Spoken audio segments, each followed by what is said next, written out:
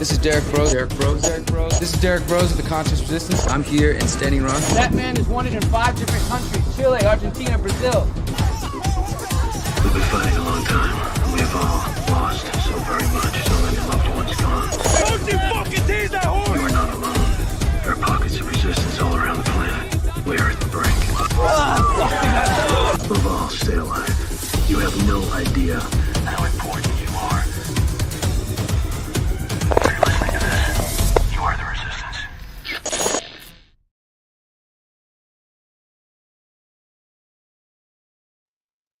Hey everyone, this is Derrick Broze with the Conscious Resistance Network. And tonight we are going to be talking about DOGE, Elon Musk, and how talk of efficiency may very well be a gateway to technocracy. We're also going to be talking about the latest on this Yemen-Israeli proxy war and how so many people are falling for the trap of cheering on war, death, and violence for any number of excuses that might be put before them. You know, this is just how things go. They tell you there's going to be peace, and when inevitably there is not peace, the sycophants, in this case of Donald Trump, and previously of Biden or Obama or any other politician, will make excuses for why these things are happening.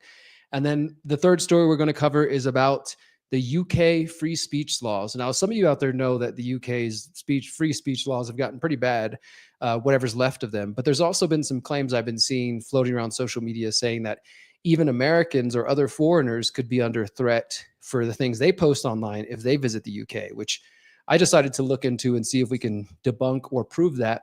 And then the final story or thing we're going to talk about at the end of today's show is just an exploration of how I see collectivism on the rise again. And we're going to define what I mean by that. We'll talk about how people are identifying with themselves as the government. I always hate this thing. Like, I'll just give you a little preview of what I'm going to get into. Like, you ever hear somebody say, like, for example, the United States bombed Yemen, and they'll say, we bombed Yemen, or the opposite. You know, let's say the terrorist bombed us on 9/11, and people will say, don't you know they attacked us?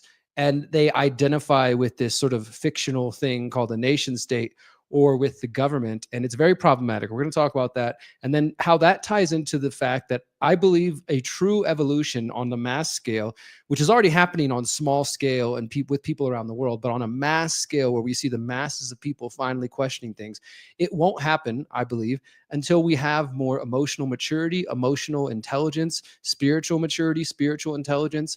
And unfortunately, that's just not where we're at as human species. I'm not even saying I'm there. I'm looking down as though I'm so fully evolved and look at these silly humans who haven't got to where I am. No, I'm saying collectively, because yes, we are a collective species, but we are made up of individuals. We have to do that deeper work, that healing work, that trauma work in order to get to a place where we recognize we don't need mommy and daddy figures in government taking care of us. And it's kind of crazy to me to say this because, you know, I just turned 40 about a month and a half ago, and I still feel very young. And I guess I look it, and I feel like I'm still learning every day, but I meet certain people who are older than me and they still haven't quite grasped this concept. Like, they're still, I don't know, from my perspective, talking like they're a 10-year-old or something, or at least, like, let's say they're, you know, maybe they're in a suit, they look like an adult, they have all the appearances of an adult, they have a house, they have a car, all these kind of things, but emotionally, mentally, spiritually, psychologically, they're like children. And it's very sad to see. So we're going to be covering all that and more tonight on the Conscious Resistance Live. This is the 152nd of the Conscious Resistance Live that I've been doing since 2013, off and on. It's taken me a decade to get to 150 episodes, but nevertheless, I'm excited to be here with you guys. I want to go ahead and start and remind you guys to visit my website, theconsciousresistance.com. Let me go ahead and open that up real quick. theconsciousresistance.com. This is the best place to find all of my content right here, theconsciousresistance.com. Shout out to everybody who listens on Spotify and all the podcasting platforms. I see you guys, I hear you, and I see the numbers growing over there. I'm thankful to everybody who does. Please do recommend, subscribe, follow, share, all those things, no matter where you watch. And I just want to share, this past week, we put up a couple of new pieces of important information related to the truth about the world, like an article called How Big Tech Plans to Read Your Mind. We also posted 2 of my recent presentations. You guys know I said last week I just got back from being on the road, Costa Rica and LA. And so I posted my talk from the Conscious Life Expo called Exiting the Matrix and Building a Better Model. I also posted a virtual presentation I gave for the Intentional Community Summit called 5 Tips for Building or Joining an Eco-Village. For anybody out there who is in that arena or looking to join that arena, I highly, highly, highly recommend you guys check out this presentation. I am not an expert, but I have been doing this for the last 5 years, working on it for 8 years in a bigger, broader picture. And yeah, and I think I've got some info that you might want to know about. So other thing I will mention is this last week we dropped our brand new mini documentary, which I didn't tell anybody we were doing. We were kind of quietly working on behind the scenes while we were working on the final episode of the Pyramid of Power. But I took some of my most recent articles about Peter Thiel, the Peter Thiel acolytes, and that whole network, and turned it into a mini documentary, which comes out to 16 minutes long. And I would love to know how many of you guys out there in the internet land have watched it. It is on all the platforms. So if you're watching it anywhere right now, if you're watching this show on Twitter, Facebook, Odyssey, Rockfin, BitChute, Substack, any of the other platforms I'm on, then you can see this video here. But of course, the best place is always at theconsciousresistance.com. It's called Donald Trump, Peter Thiel, and the Technocrats. Everything I put in here, all the links, all the resources are in my script, in my transcript. There's an audio version. There's the video. I'm really grateful to have worked with my previous editor, Becca Godwin, who is an amazing, talented woman who helped me with the first 13 episodes of the Pyramid of Power. And we're going to continue to collaborate in some different ways. So check that out if you haven't, guys, because I've been getting lots of positive responses. It's got more than 50,000 views on different platforms, probably over 100,000 collectively, but I would love to see it go more and more and just keep reaching people at this really crucial time. Now, the other thing I want to mention is that we did launch the crowdfunding campaign for the Pyramid of Power. I am finishing the final episode of this series. I'm not going to rehash what I've already put out there. Again, if you're following me on my channels, you've probably already seen me put out a video talking about the Pyramid of Power and how we're currently working on episode 17. Every single episode of this series has been completely crowdfunded. So I've released 16 episodes, more than, I think, 10 hours of content at this point. Yeah, definitely more than 10 hours of content at this point. And we're working on the final episode, which is probably going to be 45 minutes to an hour long, answering the question of who or what is at the top of the pyramid. And I'm interviewing everybody from James Corbett, G. Edward Griffin, Richard Grove, David Icke, Daniel Eshtelin, Larkin Rose, Peter Dale Scott, Adam Green. I'm sure I'm forgetting somebody, but probably I'm going to try to get Catherine Austin Fitts, maybe get Whitney Webb in there, and just asking all these very talented, very intelligent researchers their own opinions and their own views of who or what is at the top of the pyramid. And of course, I will be inserting my own thoughts and opinions on that. This entire thing, we've done 16 episodes, more than 10 hours of content on just over $30,000. And I haven't got paid a single dime for the last 5 years that I've been working on this, which is fine. I know I'll get paid in the future as this grows. But if you want to support our efforts, the link is, let me go ahead and drop that link for you guys. We're doing a fundraiser campaign on Fundraiser.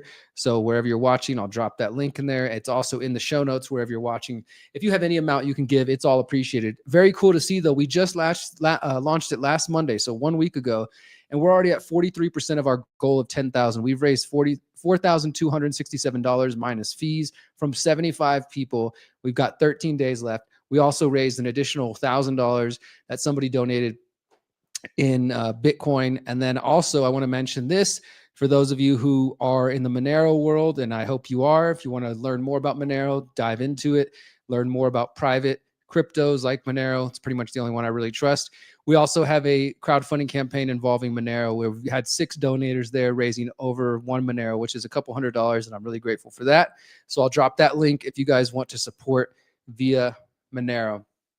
Very grateful. Seriously, truly, truly. In fact, let me go back to the other one real quick. I want to read a comment that we got on the crowdfunding campaign, because these are just, I mean, it's a very humbling experience to see so many kind words from all you guys. But let me just read one of them. There's been, as I said, 75 people donating, and they've all shared so many kind things. But I'll just share this one today. This guy, some guy or a woman, I don't know, 7 hours ago says, "First saw you on Redacted just before the 2024 election. I admit getting caught up in the right versus left matrix for the last couple of years, leaning more towards the right-wing camp. Even though I've never felt like I belonged in the Christian right camp, with all the absurdity going on with the left, it was predictable that so many of us would get directed towards the Republican Crawl, maybe he meant cabal, just where the government wants us. I've fallen for the same for some of their propaganda along the way. There's so much stuff I wasn't aware of until your research, and it puts a lot of things into full perspective, such as the Peter Thiel connections. Always knew deep down Trump was never really our friend per se, but being blinded by the good old days of 2019, it was you who really helped me break out of that mindset and reflect on these past couple years. Even a few months later, I'm still going through this process. Regrettably, I did vote for him mostly because of the vaccine mandates. When Trump won, I wasn't really excited. It was just a really weird feeling I've never felt before. It really did feel fake in that moment. That's when it started to click. Thanks to your circle, I was introduced to so many other great researchers such as James Corbett, David Icke, and especially Adam Green, who definitely speaks to me on a personal level. Instead of listening to Timcast and the liberal hive mind, I should have been tuning into these guys. I've never donated before, but your series was so good and something I really care about, so it's the least I can do. Going forward, I'm going to try and contribute more to this movement. Wishing you the best of luck. Know that your work is paying off and is reaching people. And those comments really do mean a lot. And this person donated $50 anonymously. Thank you, anonymous person, and all the other people who've been making just donations from $500 to $5 and all the kind comments. It's truly appreciated. So thank you guys for that. And again, thanks to everybody who has been supporting over there on Kuno. One last thing, and we're going to dive into our story. I don't do super chats. I am over on YouTube right now, but I don't do super chats because I don't want to work with YouTube and take Google money. But I do XMR chats. So I'm posting a link in the chat there, wherever you're watching, but also what you're seeing on the screen is xmrchat.com/Derrick Broze. Simple enough, xmrchat.com/Derrick Broze. And for those of you who do use Monero, you can give me super chats. You can give me super, like tips on the show, during the show. And if you're able to do that, I will go ahead and I will share that with the audience as we're live. So I will be checking that throughout the show. Just another way you can support me. But ultimately right now, guys, if you have anything to give and you want to support my efforts, please give it to the crowdfunding campaign for the Pyramid of Power. That's where I need it the most right now. So y'all, thank you for all that support. All right, I'm going to play a very quick clip. I'm going to play it and come back because I got to go blow my nose. I'm having something going on here. So excuse me. I'll be right back. And we're going to dive into our first story about DOGE and the efficiency movement and how it's a gateway to technocracy. Stay tuned. Well, Senator, let me follow up by asking, do you think that the CIA and military intelligence agencies and the FBI have used the emergency provisions, both in law and by emergency agency, the Federal Preparedness Agency it's called now, to have contingency plans which threaten the liberty of American citizens? Mr. Rowan, in due course, the committee will pass judgment on those questions. I'm not going to pre-guess the committee or prematurely attempt to pass judgment on this program. But let me tell you this. In the need to develop a capacity to know what potential enemies are doing, the United States government has perfected a technological capability that enables us to monitor the messages that go through the air. These messages are between ships at sea. They could be between units, military units in the field. We have a very extensive capability of intercepting messages wherever they may be in the airwaves. Now, that is necessary and important to the United States as we look abroad at enemies or potential enemies. We must know. At the same time, that capability at any time could be turned around on the American people. And no American would have any privacy left. Such is the capability to monitor everything, telephone conversations, telegrams, it doesn't matter. There would be no place to hide. If this government ever became a tyranny, if a dictator ever took charge in this country, the technological capacity that the intelligence community has given the government could enable it to impose total tyranny. And there would be no way to fight back, because the most careful effort to combine together in resistance to the government, no matter how privately it was done, is within the reach of the government to know. Such is the capability of this technology. Now, why is this investigation important? I'll tell you why. because I don't want to see this country ever go across the bridge. I know the capacity that is there to make tyranny total in America. And we must see to it that this agency and all agencies that possess this technology operate within the law and under proper supervision so that we never cross over that abyss. That's the abyss from which there is no return.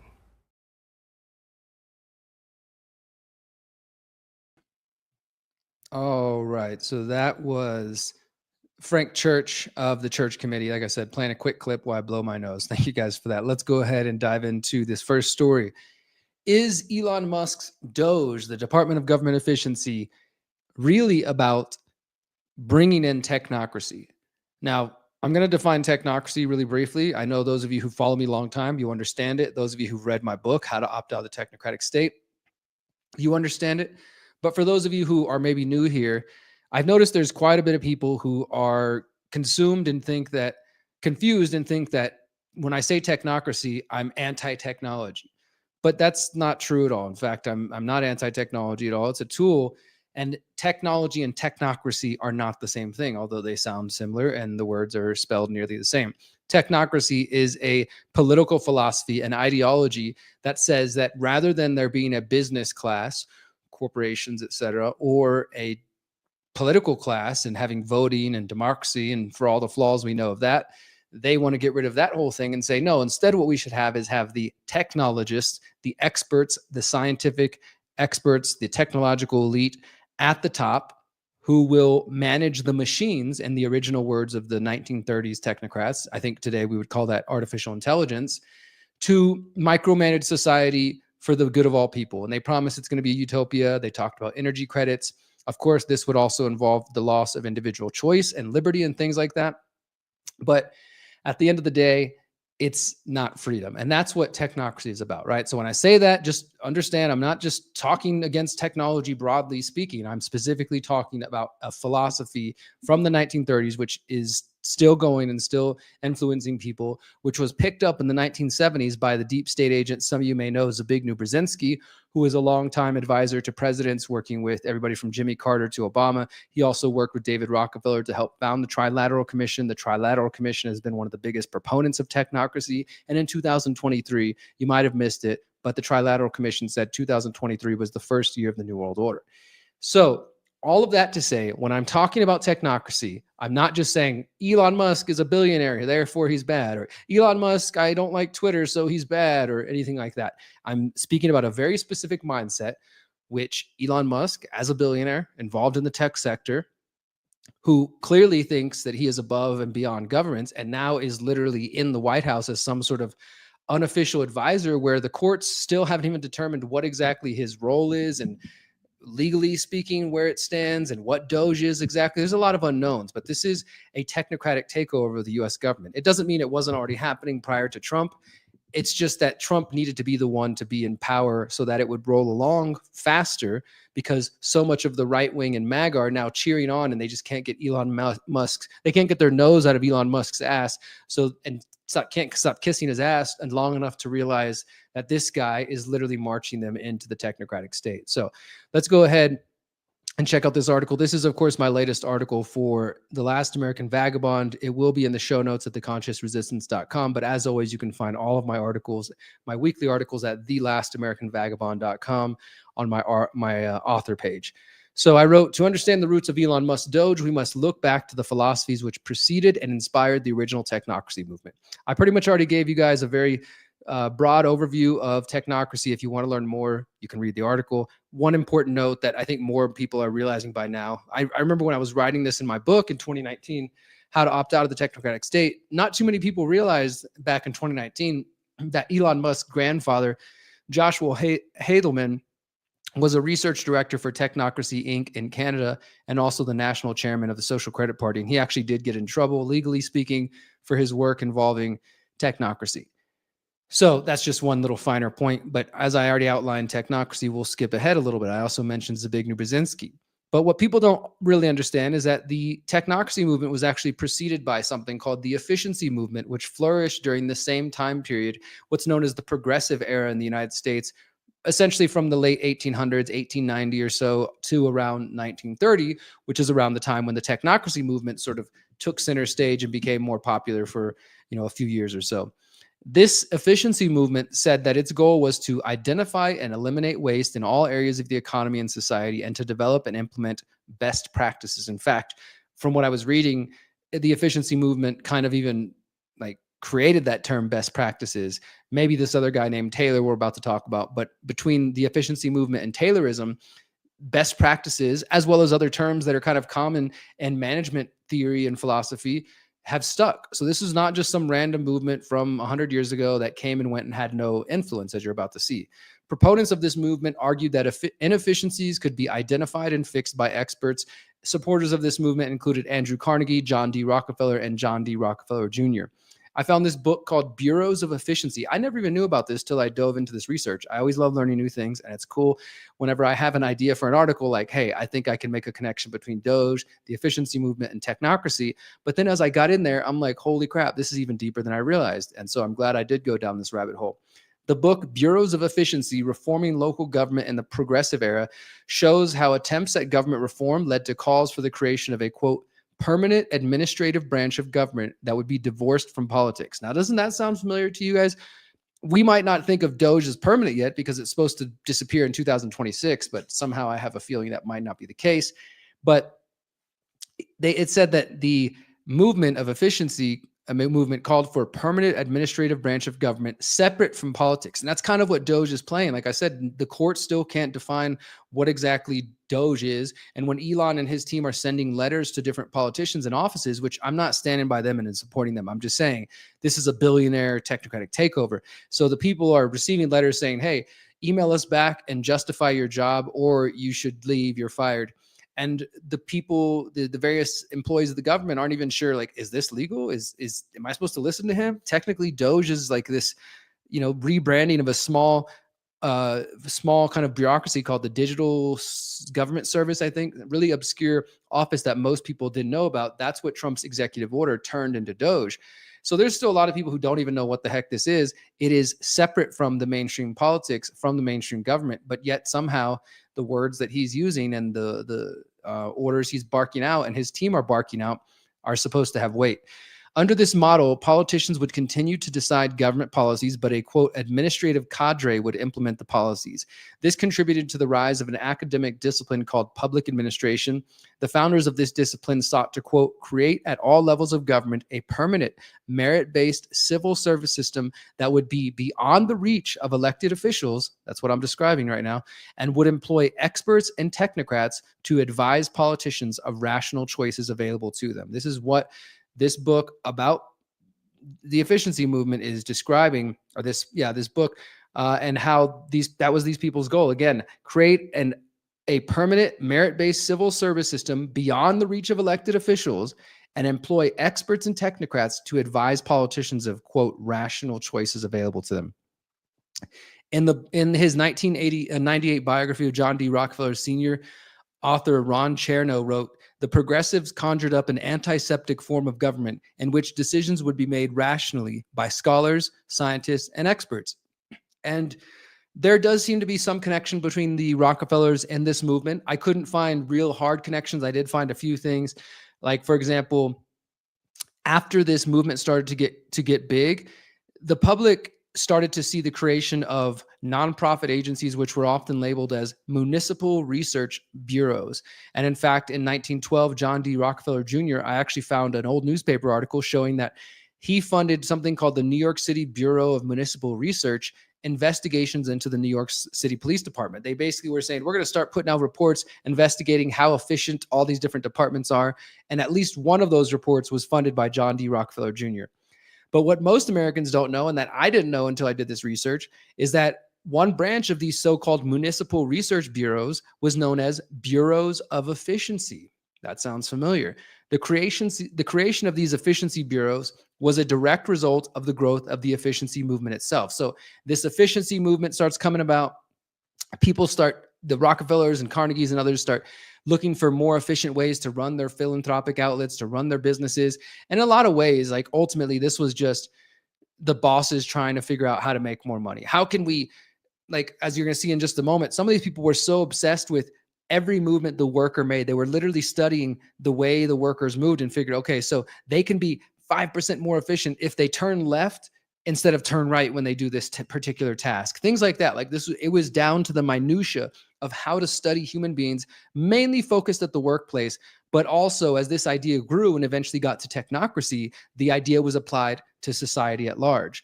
So here's another one. 1916 to 1933, the U.S. government under Woodrow Wilson's administration operated the U.S. Bureau of Efficiency. Did you know that existed? That's 100 years ago. Elon's back now with the Department of Government Efficiency. Well, 100 years ago, there was apparently the U.S. Bureau of Efficiency.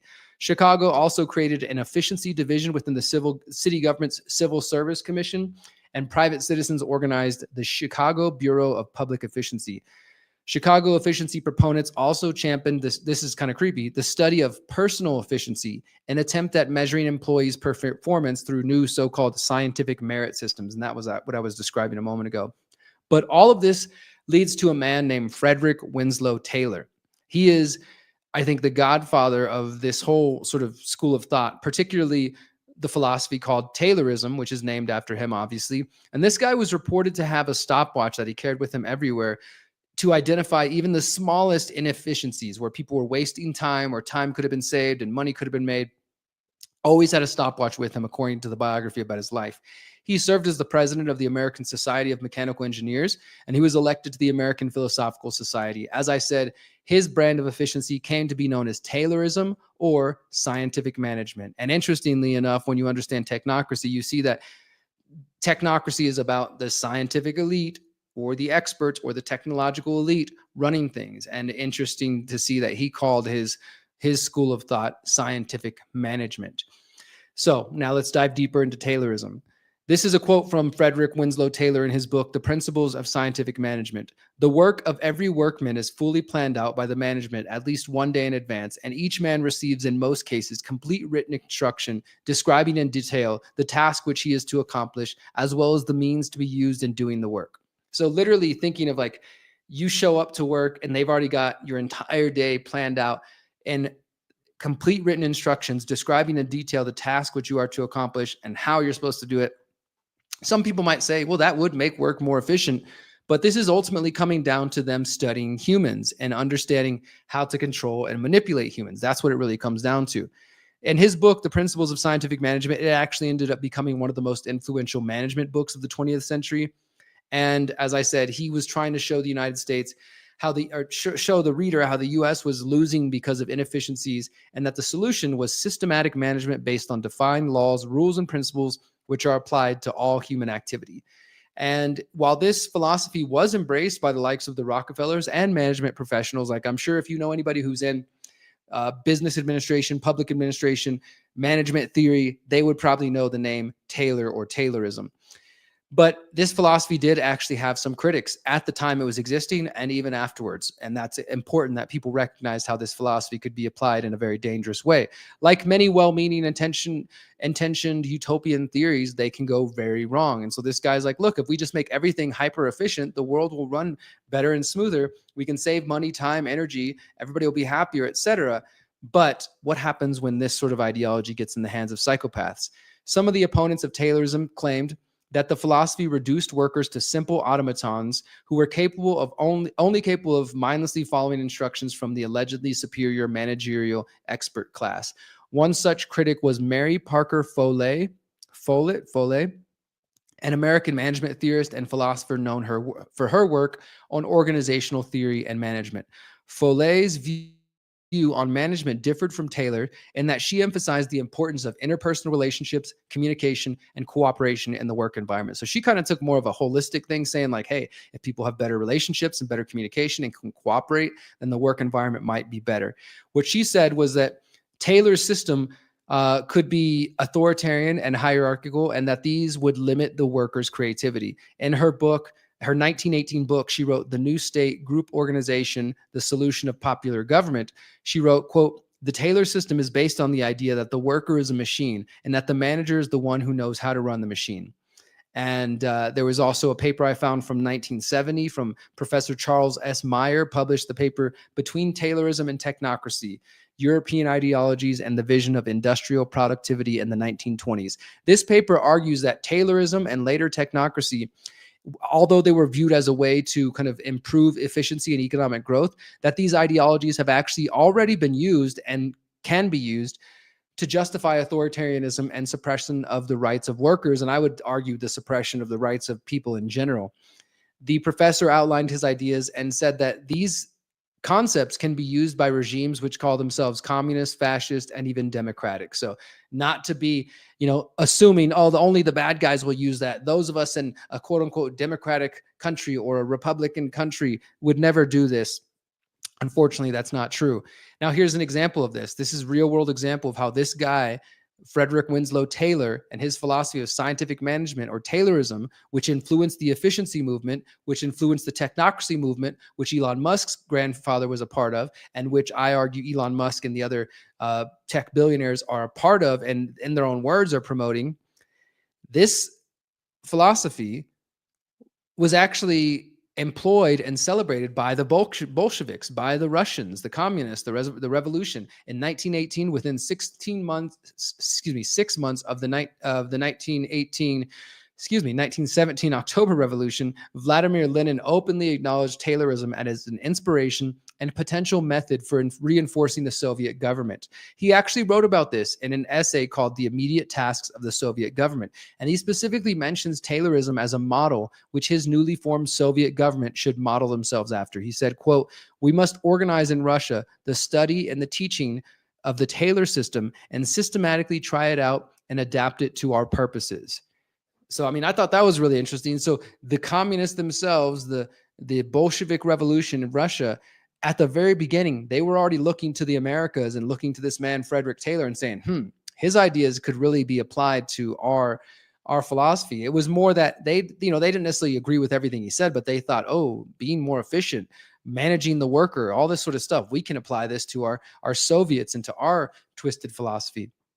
And at the same time that Lenin was leading his Bolsheviks to victory and championing the cause of a socialist Taylorism, this philosophy was also influencing Germany in the pre-World War I and post-World War I, obviously on the way to Hitler's rise time period. And there's a book by Judith A. Merkel called Management and Ideology, The Legacy of the International Scientific Management Movement, where we learn how Taylorism actually influenced Germany before, during, and after World War I. This book tells this interesting story. So apparently Taylor, Frederick Winslow Taylor, he worked at a company called Bethlehem Steel, and he was working on a number of different projects, cutting steel mainly. But again, his whole theory was like, how can I make this faster? How can I make this more efficient? So Taylor begins working at Bethlehem Steel in 1898. But then by 1900, he's conducting experiments on steel with a man named Monsell White. And then later that year at the Paris exhibition of 1900, which is a very famous event. It's one of these world fairs. If you guys remember from back in the early 20th century, there was quite a few of these, the Chicago World Fair, etc. This was the Paris exposition of 1900. So Taylor and his partner from American company Bethlehem Steel and his ideas about efficiency, which were still just brewing in his mind. He hadn't written his book yet, but he was starting to study these things. He goes to the Paris exposition, and guess who is there to see him? A number of German engineers. The German engineers are extremely excited and interested in his experiments. And from there, his ideas start to spread throughout German engineering and political spheres. It's kind of just like a curious twist of fate, how this guy who's coming from the efficiency movement, scientific management, and then happens to go to Paris for this world fair. German engineers happen to be there. They see him, they see his ideas on cutting steel, and from there they learn more about his philosophies, and those start to be incorporated into Germany going into World War I and afterwards. The Verein Deutscher Ingenieur, the VDI, this is a quote from her book, Merkel's book, which is called, again, Management and Ideology, The Legacy of the International Scientific Management Movement. The VDI maintained a central role in the introduction of scientific management reforms in Germany. It popularized Taylorism among the members of the engineer profession, founded organizations designed to promote efficiency in industry, and encouraged communication and exchange with the scientific movement in the United States. So there's like a direct connection. And as they said there, they start communicating with their sort of US counterparts. This is where the ideas of Taylorism, technocracy, and efficiency come into Germany and absolutely influence some of the leaders of Germany's war front in World War I. And some could argue that that went on and continued to influence the Third Reich. Merkel also notes that the immediate effect of this technological exchange of knowledge between the US and Germany was that Taylor's works were translated into German for the industrial and technological audiences. So not only do they start talking about him, they translate all his books. And one of his books, Shop Management, was printed in numerous editions. And in 1913, only 3 years after his book was published in English, it was published in Germany with great interest. And the book also details how his ideas influenced the key engineers and economists within the German Empire, including Richard von Moellendorff, who would become, quote, one of the architects of Germany's wartime planning system and an advocate of a state-run economy using Taylor scientific management. And so she concludes here, thus, from the lesser figures in the history of corporatism, such as Goethe Briefs, to the great advocates of post-World War I Planwirtschaft, such as Walter Rathenau or Richard von Moellendorff, the example and teachings of scientific management can be shown to have been a real and a lively force that gave new strength to the old German doctrine. Now, I hope I'm making sense, guys. I hope this is all computing for you guys. What I'm trying to show you here is that this philosophy of technocracy, which we know the historic technocracy movement started in the United States and Canada in the 1930s, but that's not really where it began. Like all philosophies, they sort of build on top of each other. They build on people before them. It's a common thing, right? So there is a thread I think we can trace that goes from the technocracy movement and includes people like Elon Musk's grandfather. And then in the 1970s, Zbigniew Brzezinski writing about the Technotronic era and the Trilateral Commission, all the sort of groups we know about today that are pushing technocracy from the right and the left. But you go back before the technocracy movement in the 1930s, and you get the efficiency movement. You get bureaus of efficiency. You get a government department talking about efficiency from 1916 to 1930, 100 years ago. And then you go to what inspired some of those people, and it's a man named Frederick Winslow Taylor, whose ideas on scientific management of how to be as efficient as possible in the workplace, but also with human activity in general, specifically inspired the Bolshevik communists and Germany during wartime, during World War I. That is, to me, I was like, wow, there really is a thread there. Now, I've got criticism from this article from the Elon lovers who said, oh, come on, Derrick, you're trying to just guilt by association just because this thing, blah, blah, or just because they had some departments 100 years ago called bureaus of efficiency talking about how to micromanage human beings. That doesn't mean Elon Musk's Department of Government Efficiency is the same thing. And you're right, it isn't inherently the same thing. But let's look at Elon's behavior. That's where we're going to wrap up this story here. Let's look at what he's actually advocating. What does he talk about? What does he stand for? Elon Musk has embraced the technocratic philosophy that says engineers, scientists, and technological experts should impact and eventually manage society by becoming stronger and more influential than government and private business altogether. What Musk and his fellow technocrats seek is to dismantle traditional government structures and merge the remaining pieces with their corporate oligarchy. We know that the technocrats have been influenced by the ideals of Curtis Yarvin and the Dark Enlightenment, which I covered on last week's show, or the week before, I believe. You can find that at our website. You can also find my articles about that when you learn about the men who influenced Peter Thiel and some of the other technocrats. And these are just hacks. These are just nerds who yearn for the days when, in their own words, a national CEO can run the country like a monarchy. That's literally what the people, along with Peter Thiel and others, are advocating for. But to do this, first they have to convince you, Joe and Jane public, that their efforts at efficiency are simply aimed at revealing waste and bringing corruption to light. And this is where people like to talk shit to me and say, oh, what, Derrick, are you against shrinking the government? Are you against exposing corruption? Of course not. Let's expose it all. Let's bring everything out. But recognize that what you're witnessing is a dismantling of the government, not so we can get to some conservative, dream of small, limited government, or some libertarian or anarchist dream of little to no government at all. That's not what they're doing. These are not anarchists. These are not libertarians. They're not even conservatives. They're not even small government people. Trump and his team have proven time and time again, they'll use government if it serves their needs. And they have no principles, no consistency. So what we're witnessing is not about making government more efficient and smaller. It's a deconstructing of the government itself to remake it into a technocracy. And where the original technocrats aimed to centrally plan and manage society with the machines, the modern technocrats aim to do the same with artificial intelligence. A quick search, and this was just a couple days ago. You can search this now, and I'm sure you'll find more. But a quick search of DOGE and AI showed the following headlines. Elon Musk's DOGE is feeding sensitive federal data into AI to target cuts. DOGE will use AI to assess the responses from federal workers who were told to justify their jobs via email. DOGE's plan to replace humans with AI are already underway. Democrats demand answers on DOGE's use of AI. Elon Musk wants to use AI to run U.S. government, but experts say it's a very bad idea. Now, you can go through and read all those, and I'm sure Trump supporters, Musk supporters will say, that's just left-wing propaganda. You must have voted for Kamala Harris, blah, blah, blah, whatever. But the facts are there, my friends. We already can see that Elon is starting to use AI to decide which employees he should fire, starting to automate certain human tasks with AI chatbots, and is considering handing over even more tasks that humans typically would do to this rapidly advancing technology. Now, some of you could argue, well, that's just how things are going to go, Derrick. AI is going to improve our lives, and there will be some people who lose jobs. And I agree with you. That is absolutely going to happen. But we don't need a billionaire who also happens to be invested in AI and who has his own Grok AI via Twitter X to be the one running the show. And also, maybe some of us don't think that AI should be involved in every aspect of our lives, but I guess we're not being a voice. We know that the Trump administration is testing a chatbot with 1,500 federal employees, which they said they might make it even more employees by this coming week.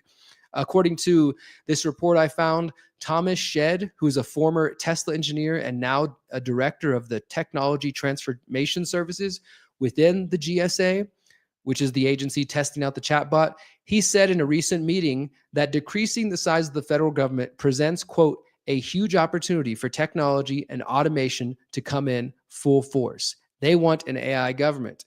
This should come as no surprise, because if you've been paying attention to the recent deportation situation with the students that are, at risk of being deported for protesting Israel, apparently the Trump administration is already using an AI, what they call catch and revoke program, to determine which pro-Palestine, or as they call it, pro-Hamas student protesters to expel from the United States. So think about how scary that is. An AI catch and revoke program might already be in charge of deciding who gets to stay here and who leaves. And this is sort of coincidental when you recognize that the World Economic Forum, do you guys know this? They launched what they call the AI Governance Alliance in June 2023 with the goal of establishing global best practices AI governance. And you can find this on their website, AI Governance Alliance. We are transforming how artificial intelligence shapes our world. Committed to fostering inclusive, ethical, and sustainable AI, we are driving change across industries. And this was last May in 2024. They had their first big meeting in San Francisco with 118 leaders of public and private sectors, civil society, to advance the objectives of the AI Governance Alliance. This is just another example, my friends, of where Elon Musk and Peter Thiel and the so-called tech populists in Trump's second administration, where they are all calling for a world that is pretty close, if not the exact same, to what the UN World Economic Forum progressive cabal is calling for. I'm sure you guys have seen the memes out there. You got Klaus Schwab on one side saying mRNA vaccines, and people are like, no. Then it says brain chips, and people are like, no. And then it says AI governance, no. And then they saw Elon Musk doing the same thing, and you got the MAGA hats cheering it on, right? I mean, it's insane. Like Musk and his cohorts, they're claiming that we need to merge with AI to survive. We need to put chips in our brains. We need to inject mRNA cancer vaccines, or we need to accept transhumanism so that we can fight the other side. That's what Elon likes to say, that's our best bet for the future, is that we merge with AI, and it's benevolent AI, and that allows us to thrive in the face of the bad people. But in reality, they are selling the American public the exact same dystopian vision as Klaus Schwab. And this is what I call the great inversion, my friends. I've been writing about this since 2023. You are witnessing a false awakening, a false binary, another one designed to keep you trapped in the left-right paradigm, to keep you trapped thinking that if the progressives and Biden and Obama and Harris and these crazy people and Klaus Schwab and George Soros, if they want something and it sounds like transgenderism. It sounds like wokeism and chips in the brain and mRNA vaccines. That's bad. But if it's coming from Elon Musk, the good billionaire, and Donald Trump and Marco Rubio, the other, oh wait, I thought he was a neocon. I guess he's cool again. And JD Vance and all the Peter Thiel acolytes. And even though they're saying the same thing, it's different, guys. This is different. This is the tech populists, the tech bros. They're into crypto. It's totally different. It's not the exact same thing. Unfortunately, my friends, that is not true. This is why it's so brilliant. They're literally dividing the masses and making them believe they are fighting, sort of that there's an opponent that they're fighting. But in reality, they're leading both of these groups, those who might fall into following the World Economic Forum, United Nations, Obama, Biden, Harris, etc., that whole cabal, George Soros, whatever bad guy you want to throw out there. Those people, they're headed towards you owe nothing and be happy. They might not realize it. But the difference is that the Trump supporters think that they're resisting that, but they're actually falling prey to the same thing.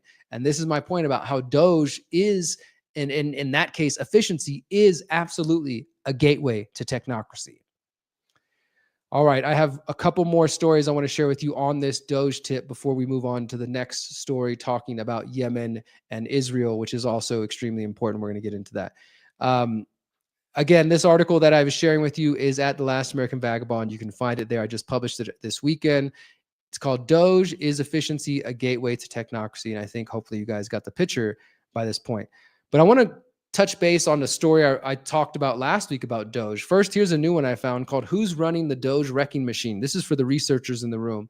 The world's richest man or a little-known bureaucrat?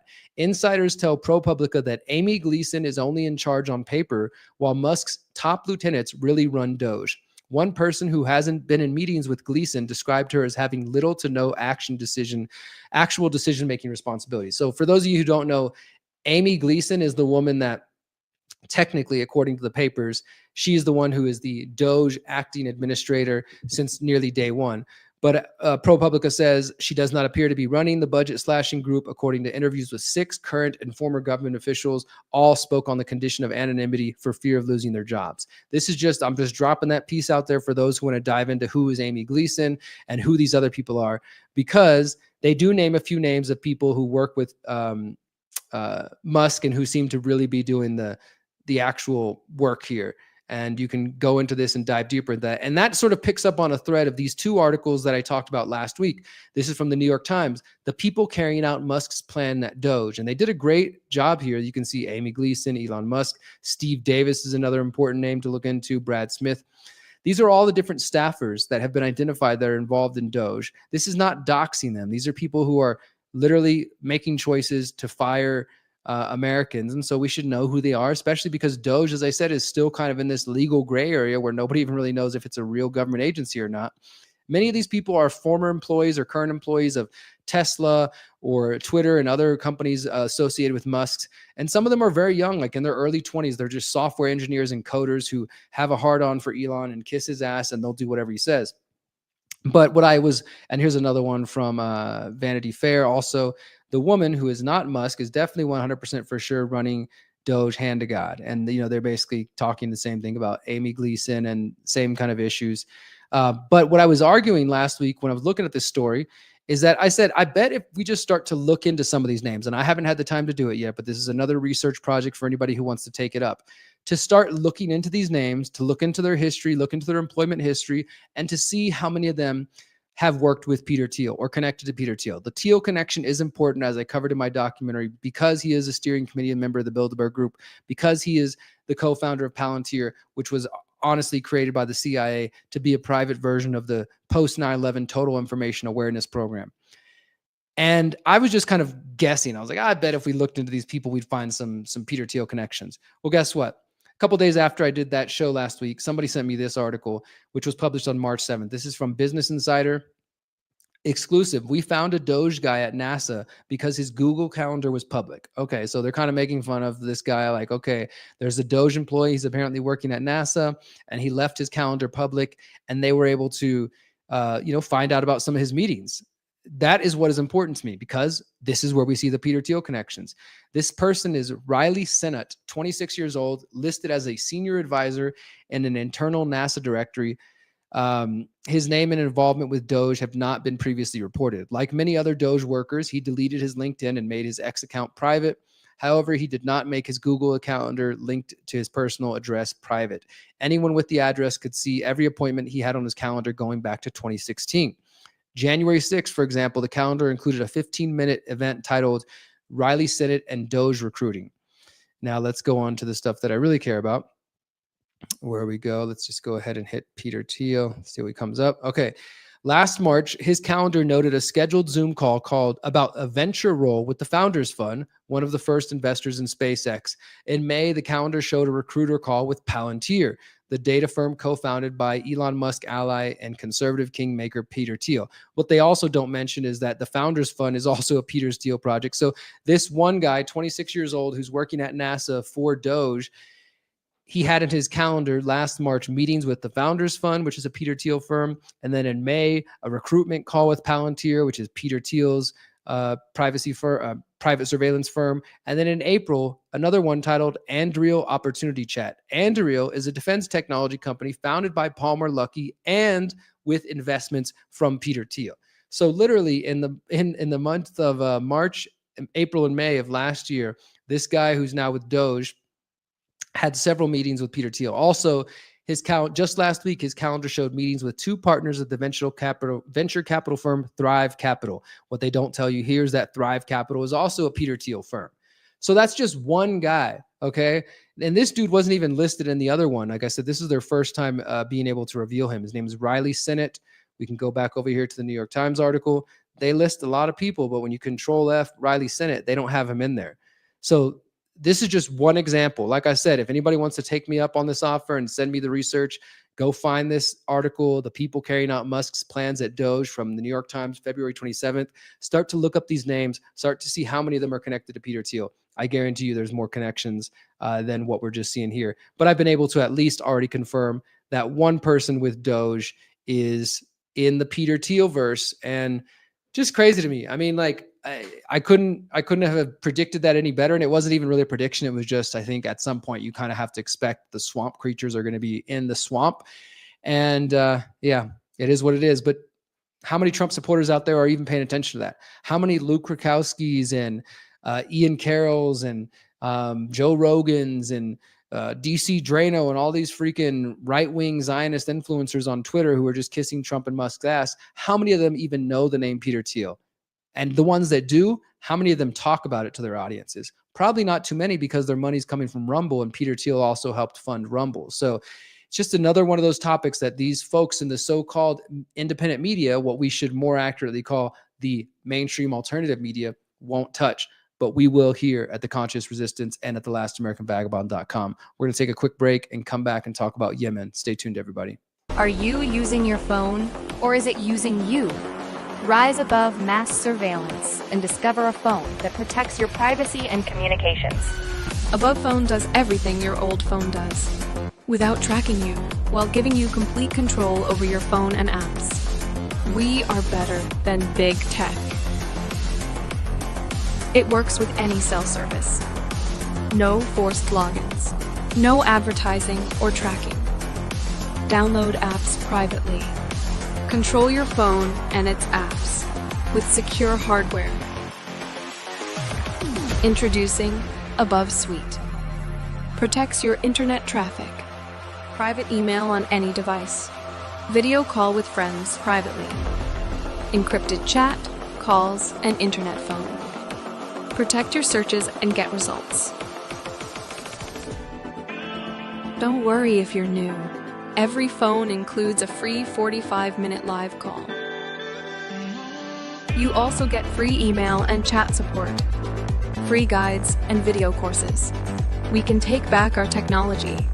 We're here to help with tools and education. You have the power. Rise above with Above Phone. AbovePhone.com.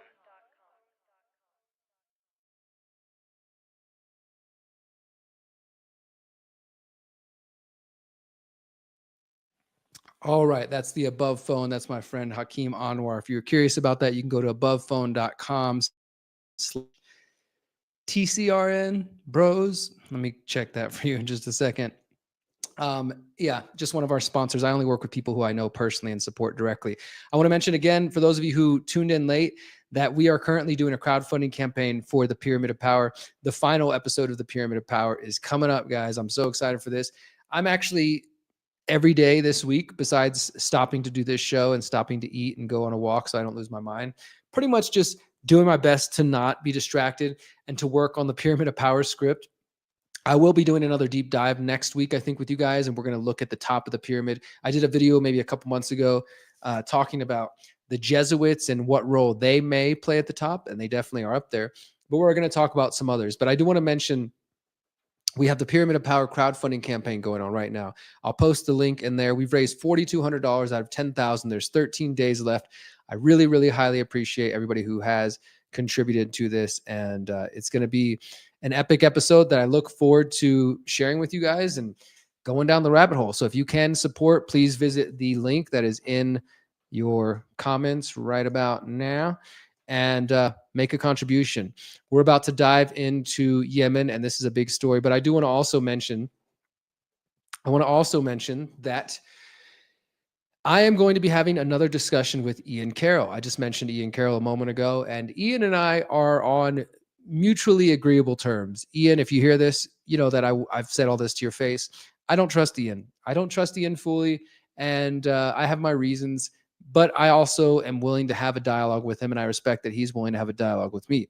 You guys might remember that prior to the election, Ian and I had this 2-hour discussion where I mentioned everything about Peter Thiel, mentioned the Zionism, and gave him a lot of information, much of which he said he hadn't heard before, and he was very, willing to learn and to listen and everything.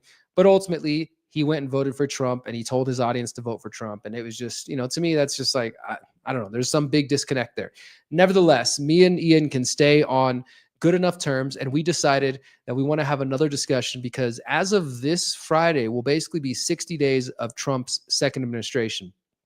And so Ian and I are going to do a discussion. We're setting down the date.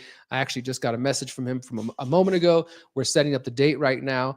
It'll probably be next week instead of this Friday as we were originally planning, but it will be happening this month. And we're going to do a discussion on the good, the bad. I'll let him say everything he thinks positive, that Trump has done. I will be open-minded to that, and I will also be extremely critical, and I will definitely be bringing all the receipts about the Peter Thiel connection and so many other things. So highly, highly, highly encourage you guys to stay tuned for that. And I do want to give credit to Ian, despite our differences of opinion, for you to be willing to come sit down with me and talk to me and actually further the conversation. That's one thing I do agree with, that if we're going to evolve as people, which is going to be our concluding story tonight, why we need emotional intelligence and emotional maturity and spiritual intelligence and spiritual maturity, we need to be willing to talk to people who we don't agree with. And I definitely don't agree with Ian on many things, but nevertheless, we're going to have that conversation. So this week, the U.S. government, not you, not me, we'll talk more about that, how you're not the government, you're not the military, but the U.S. government under the direction of President Donald Trump has started to bomb Yemen, and this led to the death of civilians. We're being told this is because the Houthi rebels, which are sponsored by Iran and funded by them, have been launching attacks. The claim is over 170 of them on American aircraft carriers, and so the U.S. had to respond. What you're not being told is that this story actually started much earlier than just this last week. I know that these things kind of pop up and everybody likes to act like they're an expert. I'm definitely not an expert, but I have been paying attention over the last decade. And I remember all the different times that we've heard about the Saudis starving the Yemenis, the people, and the sort of proxy war between Israel, Iran via Yemen. Like there's a lot more going on than what people who are just picking up and paying attention to Fox News or Rumble really understand. And so that's what we're going to talk about. Let's go ahead and check this out right now. So I tweeted this the other day. So let me get this straight. The peace president, who many of you voted for because he was anti-war, is dropping bombs. One second.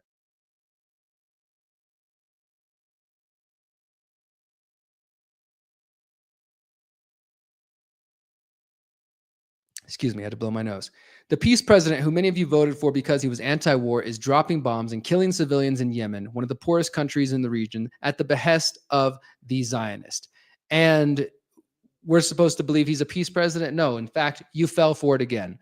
This post has been viewed over 120,000 times on X. It's got 5,000 likes and hundreds of comments, lots of people talking shit to me. But we're going to break down what I mean by this.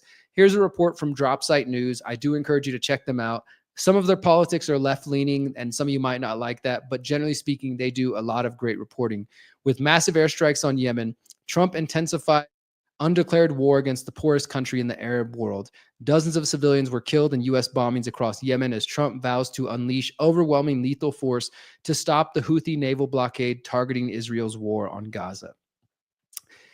And they go into describing some of the people who've been killed. And of course, anytime innocent people are killed, it's fucked up. It doesn't matter.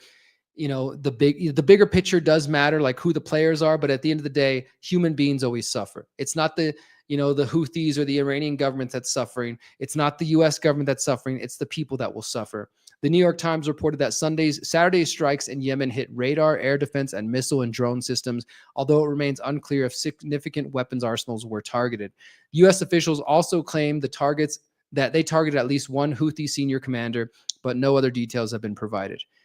And in response, Yemen's Houthi-led army forces launched 18 ballistic and cruise missiles and a drone at the USS Harry S. Truman in the Red Sea.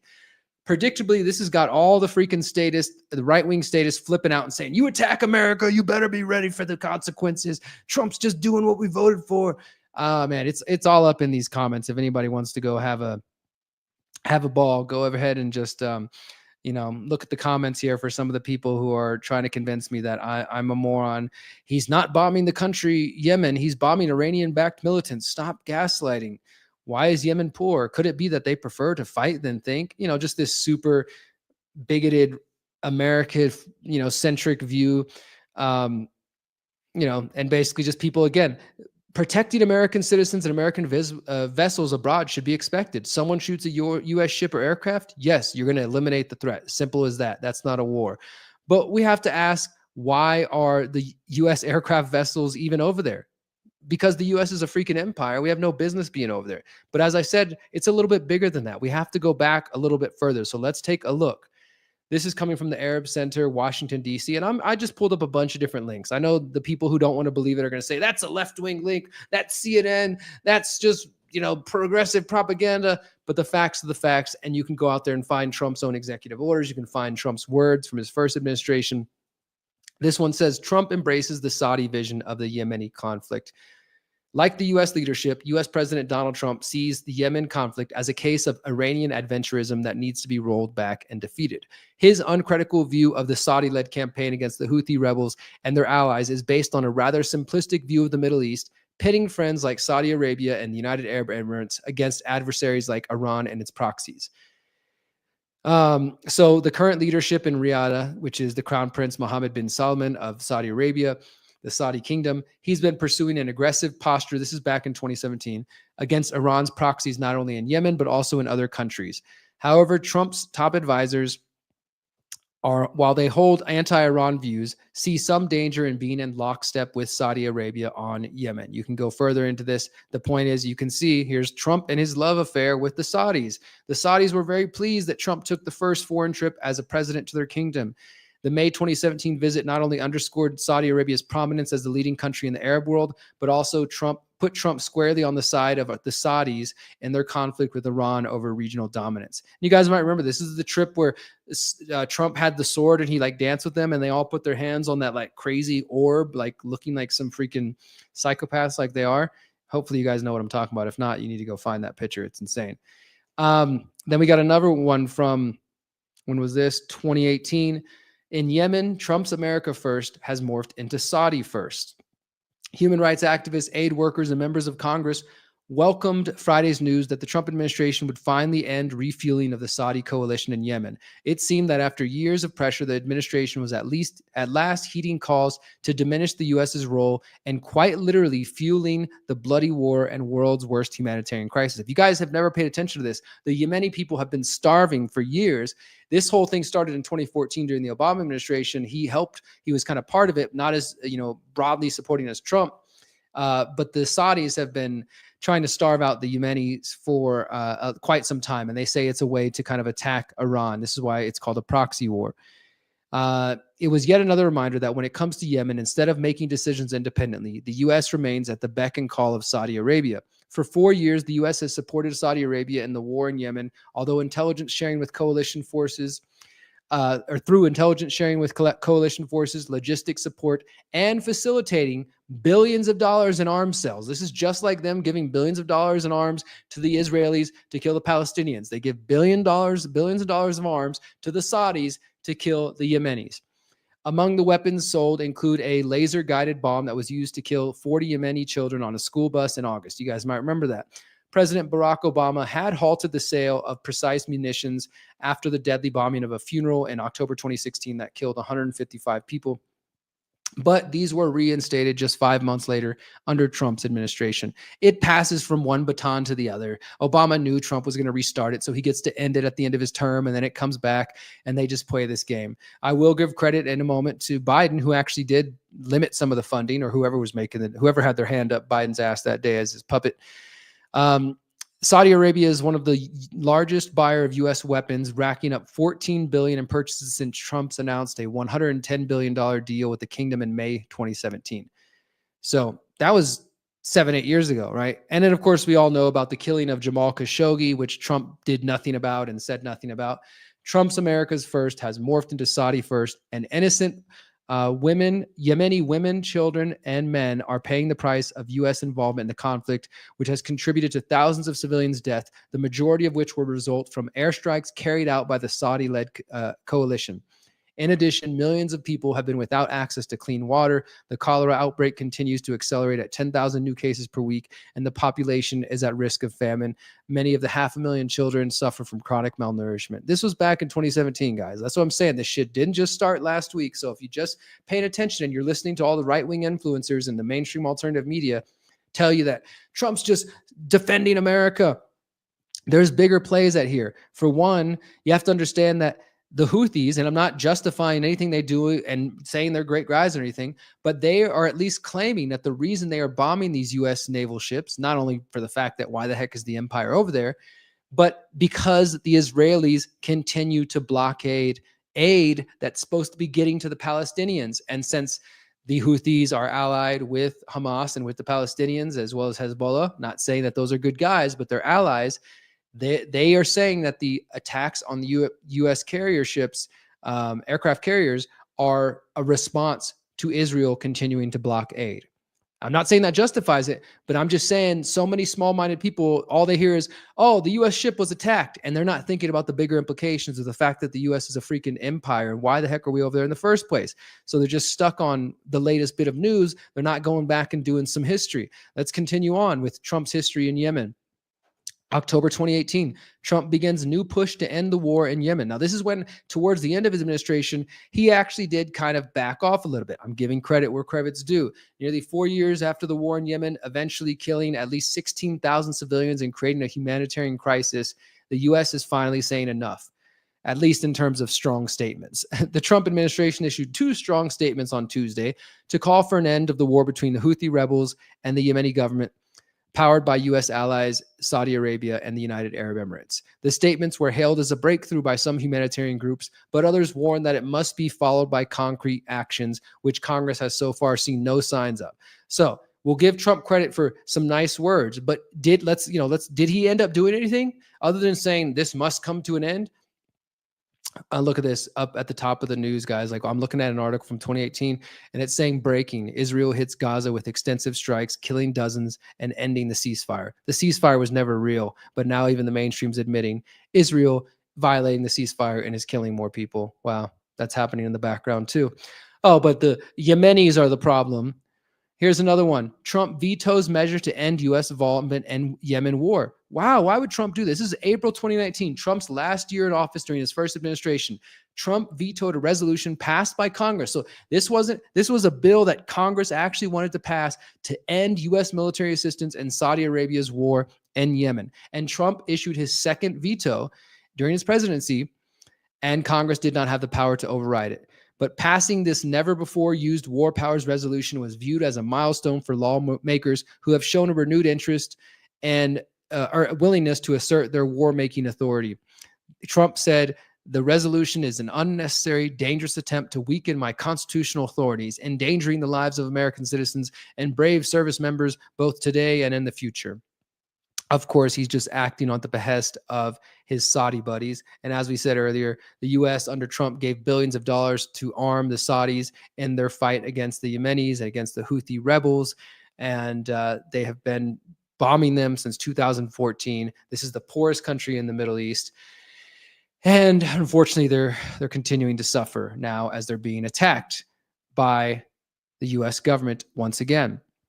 Now I'll give credit again. Statement from President Joe Biden on coalition strikes. This is where we're going to give credit, not in a good way. But last year, 1 year ago, Biden, before he left office again, or whoever was puppeting him that day, bombed Yemen as well. So this went from Obama, it went to Trump, Biden, and then back to Trump. And Biden at the time said, today at my direction, U.S. military forces, together with the U.K. and support from Australia, Bahrain, Canada, Netherlands. So all of our friends in Australia, the U.K., Canada, and Netherlands, guess what? Your tax dollars went to this too. Successfully conducted strikes against a number of targets in Yemen used by Houthi rebels to endanger freedom of navigation in one of the world's most vital waterways. So even the Biden administration got in on the fun and did some of the bombing. And let's go back to just a couple months ago. Israel airstrikes hit Yemen's rebel-held capital and port city after Houthi attacks target Israel. So Israel will play the victim December 2024. A series of intense Israeli airstrikes shook Yemen's rebel-held capital and a port city early Thursday, killing at least 9 people. Thursday's strikes risk further escalating the conflict, whose attacks on the Red Sea corridor have drastically impacted global shipping. And of course, here we stand now in March 2025, and this has escalated. But I'm just trying to give you guys a little more context. Now let's bring this all home. Let's all wrap it up in a nice bow. What is this really about, my friends? How many of you guys out there in internet land remember General Wesley Clark and his infamous talking about the 7 nations they wanted to invade after 9/11? We all know Iraq was on the list, Afghanistan, Pakistan, no, not Pakistan, Yemen, Syria, and it all ended with Iran. Libya, of course, was on that list. That's what this is about, my friends. This is coming to a head, and it's going to be at least a threat. I'm not going to try to fearmonger like a lot of channels and say, we're about to have World War III. I can't predict that. I don't know that. I kind of think the talk of World War III is sometimes just the thing to keep you on edge and afraid and spending more money and all that sort of thing. But when you look at where the situation is headed, my friends, it's about going to war with Iran. So let's take a look at a couple more articles here in this discussion on the Yemen-Israeli Proxy war here. This is coming from Defense One, which is a military website. Iran on notice, says Pentagon, of ongoing strikes against Houthis. U.S. forces are continuing strikes on Houthi sites in Yemen that began over the weekend, Pentagon officials told reporters on Monday, and the strikes will continue until the terrorist group agrees to stop shooting at ships in the Red Sea. The Houthis had apparently not attacked a ship since January when Israel and Hamas agreed a ceasefire, but said last week they would respond to Israel's airstrikes and food blockade in Gaza, as I was saying, by resuming attacks on Israeli ships, whose loose definition has in the past included a broad swath of vessels. Saturday's initial wave of U.S. airstrikes struck 30 targets and drone launching sites, they said. So this, though, is, according to the U.S. government officials, putting Iran on notice. One of the Pentagon officials, Sean Parnell, said, quote, I think President Trump has made it very clear he's putting Iran on notice. Now let's go back a little bit further to Vice President J.D. Vance. In 2024, J.D. Vance vows to deepen support for Israel and slams Biden's approach to Iran. You guys might know this famous quote he did. Let's see, Control F. Here's Vance on Fox News. Joe Biden has done nothing to help our ally Israel. Joe Biden has made it harder and harder for Israel to win that war. He has prolonged the war to take out Hamas. And what does he think we should do? Vance says, you want two things to happen. Number one is you want to get this war over quickly as possible, because the longer it goes, the harder the situation on Israel is. It's so hard for the Israelis. But what does he say you should do? The most important part of the doctrine of Trump policy, foreign policy, is you don't commit troops unless you really have to. But when you do, you punch, and you punch hard. And he's speaking in terms of Iran. And so this is the kind of guy who's also a Peter Thiel acolyte, who's now vice president of the United States. And then let's just go one more look. Here's Trump himself posting on his platform, Truth Social, just today. Let nobody be fooled. The hundreds of attacks, blah, blah, blah. Let's get to the point. We don't need to read his propaganda. Every shot fired by the Houthis will be looked upon from this point forward as being a shot fired from the weapons and the leadership of Iran. And Iran will be held responsible and suffer the consequences, and those consequences will be dire. This is what they've wanted the entire time. You think this is happening by mistake? I mean, I would even wager that maybe the whole attacks on the ships could be false flags. There's no hard evidence of that yet. I'm just saying I wouldn't be surprised, because we know that they've wanted war with Iran for years. Going back to the Bush administration, Obama administration, John Bolton, the first Trump administration, Trump allegedly showed some restraint the first administration. And so many of you were like, no, this is why we need Trump in office, because he's going to end the wars, and he's going to, there won't be World War III like there will be with Kamala. Well, what do you think is going to happen if Iran and Israel go to war, with the United States backing them on one side, Saudi Arabia, probably Russia getting in there as well as some of these other countries? That could be a World War III situation. Not saying it's going to happen, but let's go to one or two other points here.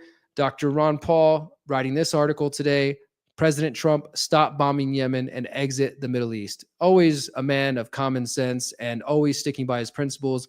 Way more intelligent and principled than Donald Trump ever will be. Just want to read this last section here.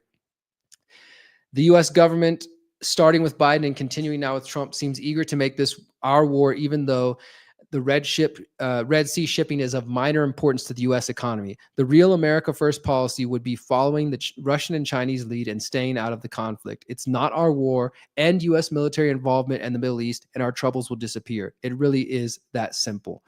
And then I made this post here on Twitter saying the principle is anti-war all the time, regardless of how unpopular, regardless of what excuses they shove down your throat to get you to justify murder and pillaging of violence and pillaging of resources. No, not many people can actually do this. Not many people can actually stay principled and realize that it doesn't matter what kind of story they come up with. Oh, they're bombing U.S. ships. They're using children as body shields. They're throwing babies out of the incubators. I mean, how many times do we have to see fabricated, fake, garbage stories, propaganda for war from the military-industrial complex come out and pop up before people recognize that they're in Thomas Massie? I'll give him credit. I know there's people who have been critical of him lately for different reasons, but he is rightfully pointing out that every time you cut money from one war or one conflict, like he said, okay, they're going to take away money from the Ukraine conflict. I think they said 50 billion. He tweeted about a week ago saying, we can expect another conflict because the military industrial complex is hungry, and they're not just going to let $50 billion go away because one conflict ends. No, instead, they're going to call for a new conflict. They're going to support a new conflict. And well, right on time, we got the Houthis and Israel. Like I said, it's not that it just started. This has been going on, but the public's attention quickly shifts from Ukraine to now Houthis, and everybody in Trump MAGA universe is like, oh my God, I've never heard of the Houthis, or I don't even know where Yemen's at on a map, but they must be bad people. So bomb the fuck out of them because America first, right? God, people are losing their minds out here, my friends. It's getting rough out here. It's getting rough. All right. I got two more stories here. We're going to go through one more, and then we'll take a quick break and we'll wrap up. We are going to have a brand new music video that we're going to play tonight. I appreciate everybody who's tuned in. My name is Derrick Broze. You're watching The Conscious Resistance Live. We do this every week. We try to bring you hard-hitting investigative journalism, deep dives, fact-based with all the sources and everything you need to know to make your own decisions, and to focus on solutions, and to highlight conscious music, and to try to have a good time. So if you want to support my work, you can go to theconsciousresistance.com/invest. Now, some of you might remember that back in September of 2024, I was traveling to the United Kingdom, to London, and then to Bath for the People's Reset UK, which is an amazing event, and I'm so grateful to have that experience. But unfortunately, flying into the UK is a bit hectic. The UK, as with Canada and some other countries and Europe, and of course the United States, but some of these other countries are a little bit more aggressive, are not very friendly to free speech. And they're becoming increasingly authoritarian and fascist towards what you post on social media and how hate speech can be used against you. I'm sure you guys have seen some of these stories, insane. Like in Germany, I saw the 60 Minutes report a couple weeks ago where they were interviewing German officials and they were basically saying, no, you don't have a right to say mean things on the internet. And they actually went with them and filmed them as they went to somebody's house and arrested them or detained them temporarily for some shit they posted on the internet. It's crazy, but that's where we're at, guys. So when I started to hear from some friends and see some different videos posted around by not too reputable sources claiming even Americans, even foreigners can now be held or potentially arrested in the United Kingdom for stuff they posted on the internet. I thought, okay, like I had a good friend reach out to me and say, hey, Derrick, what do you know about this? Is this true or is this fake news? I don't want to share fake news. I said, let me go ahead and dive into this and see what I can find. And I'm going to share that with you. It seems to be fairly accurate. Well, I didn't actually finish my story there. When I arrived to the UK, myself and my family ended up being detained for 5 hours by the UK Border Patrol. I can't remember what they call them over there, but it was myself and Miriam, both of our moms, Miriam's sister, one of our good friends. It was like 6 of us, 7. Oh, my stepdad as well. We all got detained for 5 hours. They kept asking us and questioning us all kinds of different things. They took out every card from my mom's wallet and everybody's wallet and said, how much money do you have on this card? How much money do you have on this card? Who paid for the Airbnbs? Who paid for the flights? And then once they started learning more about who I was, they started asking me, okay, what's the pyramid of power? Are you one of these people who believe pedophiles run the government? What's the People's Reset? What's the Freedom Cell Network? What's holistic anarchism? All kinds of questions. And I told them, like, look, I'm just being real with you, man. I don't think any of this is your business. At the same time, this is the guy that gets to decide, are we allowed to enter the country? This all started because we, as a family, we collectively opted out of the facial recognition, which is totally legal and is your right to do in the UK and the US and many other places, although they won't tell you. And he swore to me, I'm not harassing you because you opted out. No, you're fine. You can do that. But it's a little suspicious, don't you think? And so they create this catch-22. Sure, yeah, you can opt out, but if you opt out, we're going to say you're suspicious and we're going to give you extra harassment. This went on and on and on for hours until eventually they brought out 3 counterterrorism officers dressed in suits. They were clearly the people in charge, and they started interrogating me and questioning me. I answered their questions, and then eventually they came back with our passports, and this little border agent who had his ego hurt came back and said, please follow me. And he walked us across the line, and he said, we have insufficient evidence to prevent you from entering this country. You're free to go. But we will be watching you on your trip, and we will be keeping up with where you go and what you do. That sucked. That was my first trip to the UK, and that was not a fun time. We still spent 2 weeks there, had an amazing time with friends, family, got to go Denmark. Denmark was pretty chill, although they already have digital IDs. But still, this is a crazy situation. And the reason this topic matters to me is because we're talking about maybe coming back to the UK and doing the People's Reset UK again. But Miriam and other friends are like, I don't know if I want to go back, Derrick. So I started to look into this story to see if this is actually true. And this is what I found. This is from the organization that I'd never heard of called the Association for, let me see what their full name is. I don't want to mislead you. And I will admit, I will tell you right off the bat, they are, as you can see, a pro-life Christian organization. That doesn't mean that they can't do good work, but I just putting that out of the way. I'm trying to find what they're actually called. It's the ACLJ. Real quick. Okay, here we go. But they are a Christian organization. And I know for some people that means that they're biased, but at the end of the day, if they're doing good legal work, then it's great. The American Center for Law and Justice, they were founded in 1990. So they didn't just pop up, but they've been around for some time. They apparently have won some big court cases. And so they're the ones warning about this. The ACLJ warns about the dangers of UK speech laws and the potential impact on conservative Americans. I think it applies to all Americans, but you see how their bias is towards conservative Americans. As an American, you have enjoyed the freedom to travel to any country without the threat of arrest for your post on social media. Unfortunately, the concept of freedom of speech is non-existent in some countries, and the United Kingdom has specifically decided to target Americans. I don't know if they're specifically targeting Americans. That's what they're saying. But I think this could be used against Americans. The UK has declared that it will charge and prosecute Americans for their social media posts written while still in America if they have to travel to its borders. The ACLJ has prepared a legal memo detailing the specific laws at play and the dangers for Americans. Specifically, it details how your speech on the internet could violate the UK's broad hate speech laws, and you could be arrested as soon as you step foot in the UK for your posts back home. If an American speaks in the United States in a way that the UK officials construe as affecting their national interest or even producing substantial effects within the country, even if it's just a statement about your religion or your political stance, then you could be arrested upon entry to the UK. I think there's a little bit of fear mongering where they're trying to tell the Christians, like, they're going to arrest you just for being Christian when you get there. I don't think that's the case, but absolutely, they are arresting people for things they say online. The UK's Metropolitan Police Commissioner, Sir Mark Rowley, said at a press conference, "We will throw the full force of law at people, and whether you're in this country committing crimes on the streets or committing crimes from further afield online, we will come after you."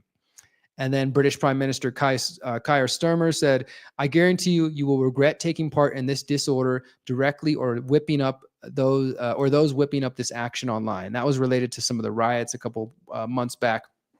But nevertheless, they are claiming this. And interestingly, and I still have that freaking form somewhere that they held me with this whole UK counterterrorism outfit. And this is the law they specifically cited. They said that I was in violation of Public Order Act of 1986, which they didn't use this specific statute, but there was the same law. And so they can use Public Order Act of 1986, which criminalizes threatening, abusive, or insulting words, while the Communications Act of 2003 prohibits, quote, grossly offensive electronic messages. And the Online Safety Act will further restrict what the UK deems harmful online content. So they have this memo here. All of this is in the show notes. If you want to read it here, learn more about it. For anybody traveling to the UK, I don't know. I don't want to tell you don't travel. I don't want you to live in fear, but we should also just know our rights and know what the potential is. Can Americans visiting the UK be arrested for their online speech? It says the UK, of course, has jurisdiction over the actions of America that occur within its territory. If an American, while visiting the UK, were to engage in a conduct potentially in violation of the law, UK law, Americans could face criminal charges for their hate speech. Could a U.S. citizen be extradited for violating the UK hate speech laws? And they go on to provide some answers. I'm going to encourage you guys to check this out in the show notes, which will be posted at theconsciousresistance.com later tonight once we wrap up here. But this is some scary shit, man. This is also why whenever we were hosting the People's Reset, I invited a couple of speakers and they told me, "Sorry, Derrick, I'm not going to the UK. I don't go to the UK anymore. I'm not trying to get locked up. I don't even step foot there anymore." And I have seen this. Here's a comment saying podcasters in the UK will need a TV license. I did see something like that happening and things of that sort.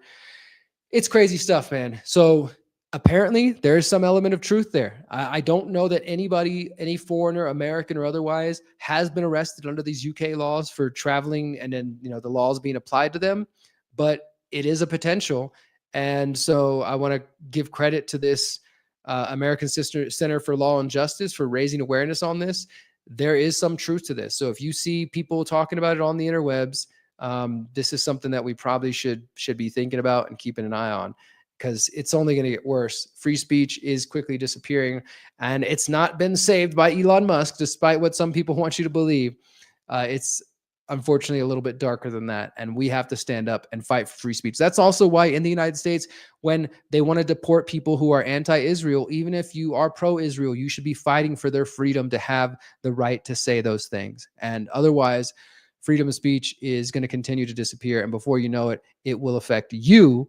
And it'll be like that old adage that, well, I didn't do anything when they came for the anti-Zionist protesters, and I didn't do anything when they came for the Christians, and I didn't do anything when they came for the libertarians, and then eventually they came for your group, and there was no one else there to stand for you. So let's not let that happen in the United States or anywhere else in the world. We're going to take one more quick break, come back with our final thought, our final story about why collectivism is a cancer on humanity and why we need emotional and spiritual maturity and intelligence in order to continue to thrive into the future. And those of you who have eyes and ears and heart and mind and spirit to hear it, this is the message for you guys tonight. So please stay tuned. One more quick break, and we'll be right back. So I've recently partnered with my friend Sean Hawkins of the company Cultivated Mind. He focuses on organic mushroom extracts, which are designed to help you physically, mentally, and maybe even more than that. I've just been testing them out recently. You may have seen my interview with Sean discussing this. We went over some of the specific benefits of the various types of mushrooms that Sean uses. I think it's a really exciting product to be a part of because not only are they organic, they're non-GMO, but if you know anything about mushrooms, as more and more of us have been learning about the benefits of mushrooms, not just psychedelic mushrooms, but all types of mushrooms, then you understand that they are a great boon to your health. So Sean recently hooked me up and I've been trying the Brain Squared, which is for gut pea flower extract, ashwagandha. I also recently picked up the Radiant Energy, which is for pre and post workout. So I go to the gym 3 or 4 times a week and now starting to take these before and after. These feature cordyceps, reishi, and chaga. And finally, he's got Immune Renew, which is obviously for immunity. This one features chaga, turkey tail, reishi, maitake, shiitake, and extract of nattokinase. I encourage you to go visit the website. It is cultivated-mind.com. And of course, we have a special deal and a discount for those of you who want to purchase them through my link at cultivated-mind.com/cm/broze, BROZE. You can check out the link on the screen right now, or wherever you're watching, check out the link below the video.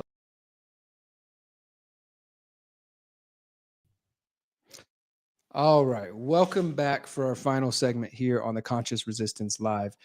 I want to talk to you about collectivism, individuality, and the need for balance in these topics. And also, we're going to talk about this need for emotional maturity, for the conscious resistance, for a conscious evolution, which is what I've been fighting for the last 15 years and probably will spend the rest of my life fighting for it. Let's check out this tweet that I put together earlier today. Make that bigger. Collectivism is a cancer of the mind, especially when the collective is placed above the needs and the desires of the individual. For example, so many people have bought into the propaganda that, quote unquote, we are the government. Thus, if someone attacks a ship of the U.S. military, they say, we were attacked. Or if an American corporation like BlackRock buys ports on the Panama Canal, some people celebrate it and say, we are in control of it. No, you are not inherently going to benefit because an American corporation does something, and you're also not being attacked because of a ship owned by the U.S. empire is attacked. Let's get this straight. Neither I nor you are dropping bombs on other nations or killing civilians, and neither I or you are being attacked. Stop buying into this status propaganda and identifying with politicians or corporations or religious leaders, et cetera, et cetera. What I mean by that is any collective that wants you to kind of lose your individual identity and say, well, if the church is attacked, that's an attack against me. If Trump is attacked, that's an attack against me. If Obama's attacked, that's an attack against me. If BlackRock is attacked, that's an attack against me. If this U.S. government, the U.S. nation, or the military is attacked, that's an attack on me somehow, and people personalize it. We need to understand that we are all powerful, beautiful, and free individuals who can collaborate with other powerful, beautiful, and free individuals to do amazing things. But we need not allow this collectivist propaganda to subsume the individuals to this dangerous idea that the people are the government or the corporations or the religions or any other organization. Identify instead as an empowered individual, not a piece of the collective Borg.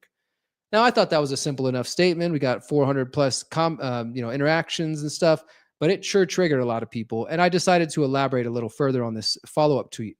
In my book, Reflections on Anarchy and Spirituality, which is book 1 of the Conscious Resistance trilogy, which I'll show you guys right there on screen. This is my first 3 books. The first one, Reflections on Anarchy and Spirituality, was published in 2015. And in 2015, I wrote an essay called Are We All One? Individualism versus Collectivism. And we talk about the need to balance the individual with the collective. Essentially, what I believe is individual personal liberty for collective liberation, but not putting the collective above the individual. And there's a lot of people that seem to have a trouble with this, more than I thought in my audience. But let me see if I can explain it a little bit further. It's not that I don't believe that collectives exist. Like, for example, on one level, we are all part of the human family, the human collective, right? Simply because we're all humans. And maybe that's like the most basic broad collective we can be. Then beyond that, people get into things of like, well, For example, I'm Native on part of my family, so I guess I'm part of the Native American collective. Or maybe you're African American or African from Africa, wherever you're from, or you're Italian, so you consider yourself part of the collective of Italians or Mexicans or Americans or British folk. And we kind of have silly jokes, like we talk about stereotypes. Oh, Brits all act this way, and Americans all do this sort of thing, and Mexicans act this way. And in some cases, it can be true. They can be stereotypes, they can be caricatures of who we are, sometimes based in truth. But at the end of the day, you are an individual. You don't have to answer for all of the Mexicans in the world, or all of the women in the world, or all of the men in the world, or all of the Americans in the world. You are an individual. So if an American goes out and does some dumb shit, you don't have to answer for it just because you were born in the same piece of land as a quote unquote American. And if a woman does something ridiculous, you aren't to blame for that. And on the other hand, if an Australian does something amazing at the Olympics, people also like to collectivize that. And they say, oh yeah, we won. No, you didn't. The guy who went and did all the training and the effort and the work, or the woman who did, they won. And I guess they represented your country, but you didn't do shit but sit on the couch and eat chips and pizza. There's this collectivist mind virus that people buy into. And then the way we see that play out is somebody like me calls out Elon Musk, or calls out Donald Trump, or calls out Peter Thiel, or calls out a religion or anything, or a celebrity like Russell Brand. And then the swarm of people come and attack because they personally identify with this person. And I don't even want this from my audience. Guys, I'm your friend. I'm your ally in this fight for truth and freedom. But I don't need other people to identify with me and feel personally attacked if I'm criticized. And you don't need to feel personally attacked if somebody criticizes Donald Trump. But the powers that wish they were have indoctrinated so much of humanity to identify with the government. We did this. We're being attacked. But that's not you. That is a parasitic, predator, immoral, criminal entity, the government, that does not truly represent you. And so you don't need to personalize an attack when somebody calls out the crimes of the government.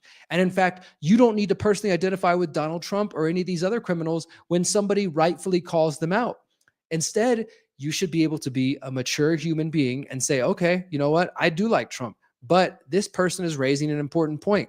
And as a critical thinker, I need to step back and question everything and think about this and say, should I really support this person? I don't know if I like the stance he's taking. This doesn't really align with my values and principles. Instead, a lot of people have this sort of knee-jerk reaction and think, they're attacking Trump, so I must respond back and attack them as if I was being personally attacked, right? And it's a sad state of affairs. I think it's part of a sort of low level of thinking in the human mind. It's not very critical thinking at all. And I see this tied into other problems like humans thinking that, like the false binary. If you attack Trump, you must have voted for Harris. You must have liked Biden. Oh my God, guys, I can't tell you how many times I've heard that over the last few months. And I'm sure it's not going to go away. People who are going to continue to use those sort of low level, lack of thinking responses, knee-jerk response. Oh, somebody says they don't like this thing, so they must like the other thing. You guys heard me rant about this in the past. But I think this is a bigger problem of collectivism, where people buy into these ideas of collectives. That doesn't mean that we can't cooperate. I'm not against cooperation. I'm not some rugged individualist all the way. I believe in individual liberty, and I believe the more we empower individuals, then those individuals can rise to the level of saying, I want to collaborate and cooperate with other empowered individuals. And then guess what? You have collective action. That's why I say personal, individual liberty for collective liberation. It's not collective action is more important than the individuals. So whatever's good for the collective, that's more important than what the individual wants. That's the problem. And that's led to all sorts of horrible things throughout history. And I don't support that for a second, for a moment, and I never will. But that doesn't mean I don't think we can't work in groups or that we can't collaborate in other ways. I simply think it means that we need to make sure that the smallest minority, the individual, is not forgotten in our pursuit of building this better world. And so many people throughout history have promised a utopia for the collective will or the collective good. And what they end up doing is becoming murderers to enforce their way. Because guess what? When some individuals say, hey guys, I don't know if I like this plan. Can I go a different way? They say, no, you can't go another way. You're a counter-revolutionary. You're an enemy of the state. We must have all of us doing the same thing. You must join the Borg. And why is that? Because the collectivists know that if the people see even just one person out there living freely, living happily out there, then it shatters their illusion of this collective good. And so instead, what they want, let's all suffer together. We're going to be poor together. We're going to be equal, but poor. Well, you know, we won't own anything, but we promise we'll be happy. You can't have somebody out there living freely and being an example to others, because then what happens is the slaves start to wake up and they realize maybe this isn't the best thing for us. Maybe my individual liberty, my individual choices, my individual joy, my desires, my happiness does matter.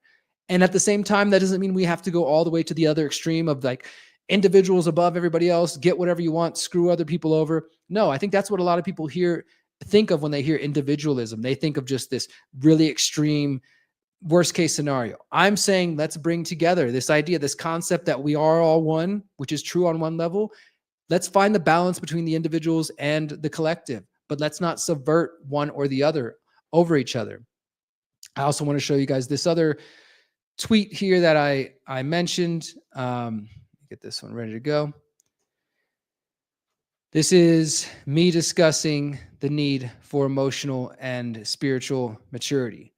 It's never been more clear that the reasons there is not yet a mass awakening of humanity, and likely never will be, are all mental, emotional, and spiritual.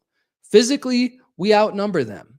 However, the matrix our minds are trapped in prevents us from seeing our full potential. So we doubt that humans are capable of organizing without centralized, imposed hierarchies. We doubt ourselves. We don't see ourselves and each other as powerful, beautiful, capable, and free human beings who are creators of our own reality. We set arbitrary limits on ourselves and each other, doubting what we cannot yet see with our eyes, and shouting down those who dare dream of the so-called impossible. We turn our back on our ancestors who are standing with us and the coming 7 generations who are depending on us to step up and rise to the occasion. In general, we are taught to doubt ourselves, our powers, and our potential. Instead, we are taught and we reinforce to each other that, quote, this is just how the world is, and we're not capable of any better. Fuck that. Fuck all of that. I know I am doing everything in my capacity to help others in their journey, promote solutions for a better world, and most importantly, heal my own trauma and my own daddy and mommy issues while always staying alert to new levels and layers of propaganda to unlearn. Thankfully, I'm not alone. I know that there are so many of you out there, so many other leaders who are doing things in big and small ways, and I want you to know that I see you. To those of you who are the doubters, the naysayers, the doomers, the realists, and the pessimists, you're missing out, my friends, because we're building a better world, whether you like it or not. And it's not going to happen in politics, and it's not going to happen overnight. But if you just want to keep doubting your potential, if you want to keep yourself on that low level of thinking or vibration, frequency, however you want to think about it, you do you, my friend. You have the freedom to do so. But for myself and the other brilliant minds that I get to network around the world through the internet and through in-person events, we are focusing on how can we use our minds, our spirits, our hands, our hearts. How do we use old school technology and new technology? How do we use spirituality to build the parallel systems, economic systems, food systems, production and distribution, healthcare systems, technology, education, mindsets? This is what we're focused on. And it's 100% possible. And it's happening all right now. I feel so bad for those of you who are just tuned out and who are just listening to these garbage channels out there that don't help you see that there are real solutions. And I don't even claim that my solutions are the only ones that matter. I do think you should download my book, How to Opt Out of the Technocratic State, at theconsciousresistance.com/how-to, and buy a copy and share it with friends. I think there are ideas that will be valuable to you. But whatever it is, find solutions that work and recognize that there are so many of us out there who are fighting for these better solutions. Don't let the naysayers, the doomers, the real black pillars tell you that the only solution is more politicians, more voting, more giving away your own power and outsourcing it. No, the real solution, the conscious evolution that some of us are participating in. And like I said at the beginning of that tweet, I don't know if it's ever going to be a mass awakening, because the masses, the majority, they just follow what's put right in front of them. So they're going to do whatever they're told to for the most part. But what that means is those of us who can see a better way and know that we need to build parallel systems, alternative paths, so that the coming generations have a choice between you will own nothing and be happy, technocratic, 5G, smart city, dystopia, and permaculture, paradise, free-range children, clean water, organic food, clean skies, all the beautiful things that we want. We are the ones that have to put in the work and the time and energy, those of us who can see it. And guess what? As we build these parallel systems, there will be threats. Sure, the bad guys might try to come stop us. And guess what? If they do, I'd be happy to die on my piece of land, guys. I've had so many people tell you, oh, you really think, Derrick, they're going to let you guys go out there and just build parallel communities and live free? They're going to come kill you. They're going to drone bomb you. They're going to do this and that. Okay, let them try. First of all, we believe in self-defense. But if I were to die on my land, living a life in line with my values and principles, that's not a bad way to die. I'd rather die that way than instead just continue living by not choosing to live a life in line with my values and principles, instead selling out my ancestors, selling out the coming 7 generations because it's too hard, it's too tough. I just want to keep believing somebody else is going to save me because, Derrick, I don't want to do all that work. I'm tired, I'm busy, I'm exhausted, I'm scared. Guess what? We all are. We fucking understand the situations that we're facing. We understand how big this mountain is that we have to climb, but we're not giving up. We're not giving in. We're committing everything we got, every drop of blood, sweat, and tear that we have to this cause to build the parallel systems that the coming generations are calling on us to create, and that our ancestors are standing strong with us and saying, you have the power to do it. This is why we put you here. This is why the Creator breathed life into you to be here for this moment so you can build the better world. But it's going to take time. It's going to take energy. It's going to take struggle. It's going to take making ourselves responsible for our choices and our actions, because we have the power to manifest that which we know we deserve. We can be humanity at its best. Started going into one of my songs. Sorry about that. My point is, if we're going to lead the way, those of us who have the eyes and the ears to hear and see, and who have the spirit and the strength and the fire in our belly and know that we are here for a purpose, we need to commit to this more than ever, because I believe what we are witnessing with this Trump, Teal, DOGE, Musk technocracy and the fooling of so many people who think they're a part of the freedom movement and the mainstream alternative media selling people down this dark road, it's going to get worse before it gets better, my friends. And perhaps with it getting worse, more and more people will wake up. But in order for us to be able to do that, we have to start building now, building these parallel systems outside of their mainstream system. So as the masses start to wake up, and as our family and friends finally realize, wait, maybe you weren't crazy, friend, brother, sister, uncle, aunt, mom, dad, can you please talk to me and tell me about all that crazy information I've been ignoring for the years? I'm finally ready to listen. And when that time comes, we need to be ready to be willing to have an open heart, open mind, and open arms and say, come join us as we build a better world. But it takes a certain level of consciousness. It takes being willing to look at yourself in the mirror and to face your own shit, to face your own trauma, especially for us as men. I'm a 40-year-old man, and I'm surrounded and meet so many other men who are older than me who are still refusing to face their inner child, refusing to face their trauma, because it's not manly to talk about your emotions, to talk about your feelings. That's just a bunch of woo-woo, hippie, leftist, progressive bullshit, wokeist, blah, blah, blah. All you're doing is avoiding your own trauma, avoiding your own healing, and you're not serving anybody by doing that. The sooner we're all willing to, yes, confront the physical institutions of power, government and corporations, that's part of it. But face your own internal tyrant, your own doubts, fears, and limiting beliefs and insecurities, and rise above them. Do the difficult work, whether it's through prayer, meditation, journaling, whatever methods that call to you. Do the work for the good of humanity. Focus on yourself. Become an empowered individual. For the good of the collective, focus on yourself. Heal yourself. For the good of your family, for the good of your community, for the good of the world. Take care of your own shit. And the more of us who do that, and we come together as healing and empowered human beings, focusing on building new systems that are in line with our values and our principles, then we're going to do the impossible. We're going to do what they keep telling us is impossible. We're going to create that alternative world that we know we desperately need. I really appreciate you guys all tuning in tonight. That's all I got for tonight. I just want to remind you one more time, if you would like to support me and my efforts at theconsciousresistance.com, what's most important right now is to please just go to the Conscious Resistance, please go to the fundraiser page. I'll drop the link one more time. Let's refresh it to see if we've got any new donations while the show has been going on. Nothing new so far, but thank you to everybody else. Again, we're doing this fundraising till April 1st, 13 days left. We're trying to raise $10,000. So far, we raised $4,200. from 75 people plus another 1,000 in crypto. I'm so grateful to everybody who has chosen to support. Let me go ahead and drop that link one more time.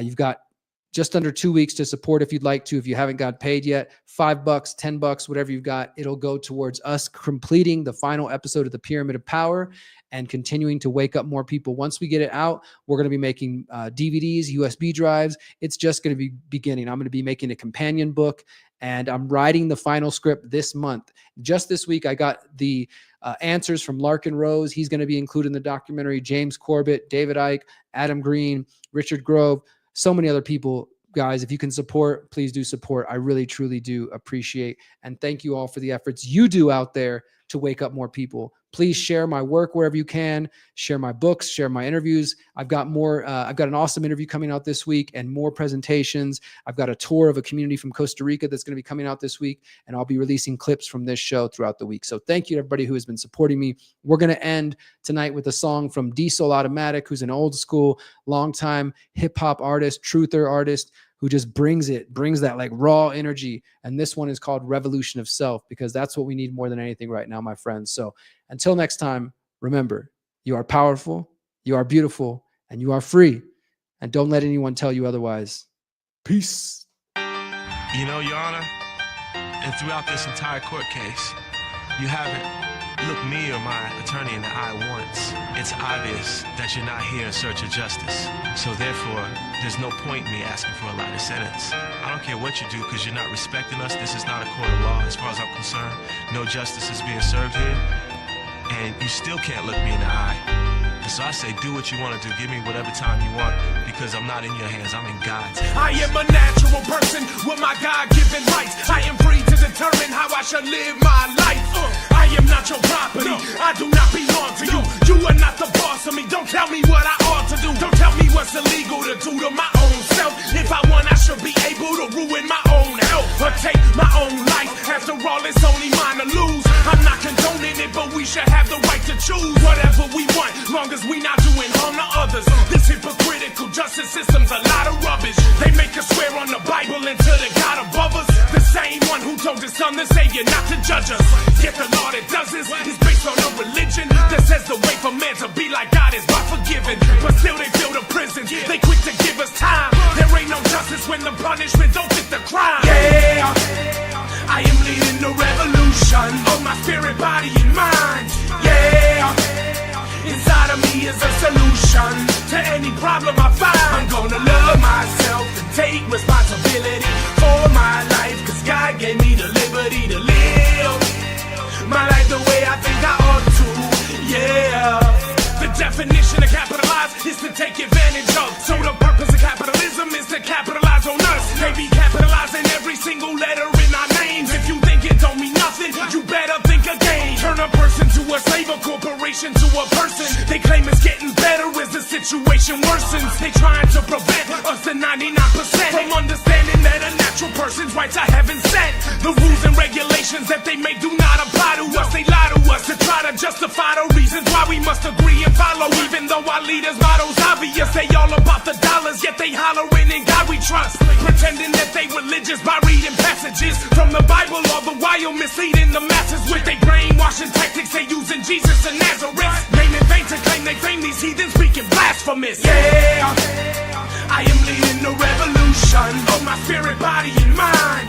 Yeah, inside of me is a solution to any problem I find. I'm gonna love myself and take responsibility for my life, cause God gave me the liberty to live my life the way I think I ought to.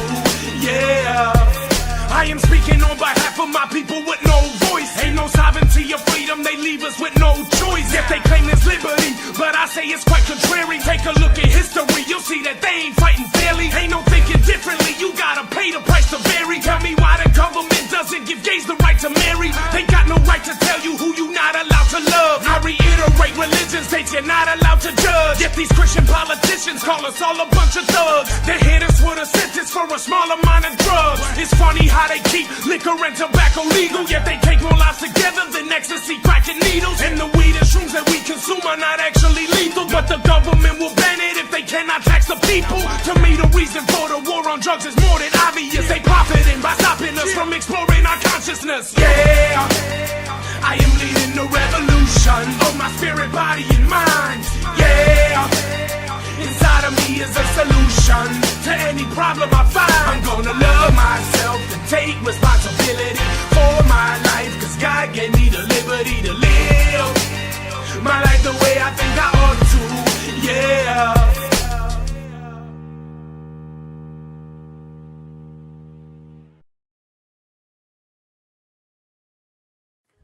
Since 2012, the Conscious Resistance Network has been an independent media organization focused on empowering individuals through education, philosophy, health, and community organizing.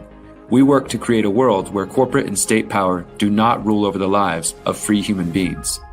Our motto is leading by example and helping others in their pursuit of freedom. Visit theconsciousresistance.com to find our articles, documentaries, interviews, podcasts, books, and more. Remember, you are powerful, you are beautiful, and you are free.